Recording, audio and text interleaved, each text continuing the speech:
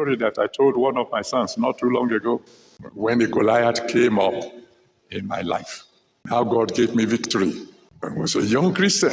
I love the Lord passionately. I want to win souls. Then they announced that there's going to be first stack.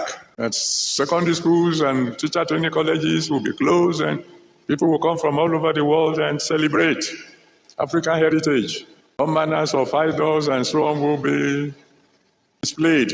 All of a sudden I had this inspiration within me. Very young Christian.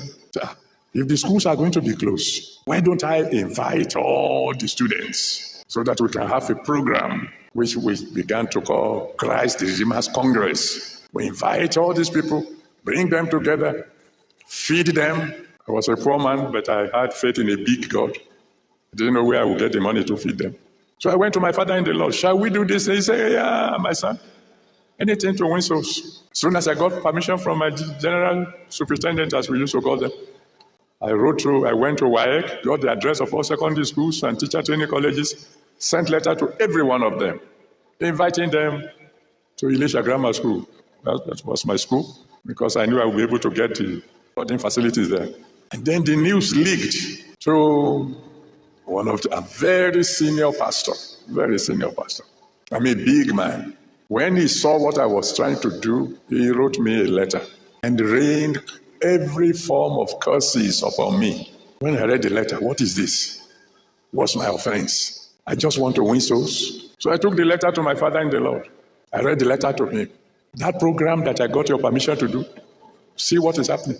I thought my father in the Lord would say, I will send for him. I will tell him, don't touch my son. My father in the Lord said, go and beg him. I said, what? He said, go and beg him. Beg him for what, sir? Beg him because I want to win souls. Beg him because I got your permission to do so. He said, you brought the letter to me. I said, yes. I thought you wanted my opinion. I said, yes. He said, go and beg him. Oh, God. I came down from upstairs where Papa was living. I got down to my car. I opened the door of my car and I froze. I couldn't go in. Go and beg him. And then God spoke. God will speak to somebody tonight. God said to me, you are under his authority. Do what he has said. Okay, Lord. So I went to the house of the man, great man of God, as it were, frustrated.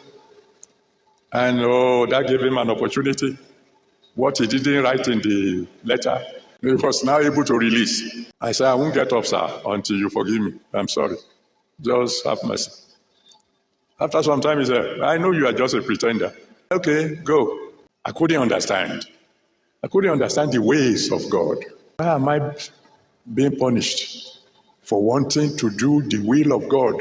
Why would somebody that I look up to, and somebody who should be leading the way of God, begin to treat me like this? And then my father in the Lord said, begging. 2 years later, big man of God spoke from the pulpit that it is clear to him that he is going to hell, that he will take 3 people with him. He said he would take my father in the Lord with him. He mentioned the name of somebody else, and then he mentioned my name. When my father in the Lord had, he sent for me. He said, now you see the reason why I asked you to go and beg him. Anyone who will take your crown, anyone who will take your kingdom, no matter the position, no matter the influence, in the name that's above every other name, they will end under your feet.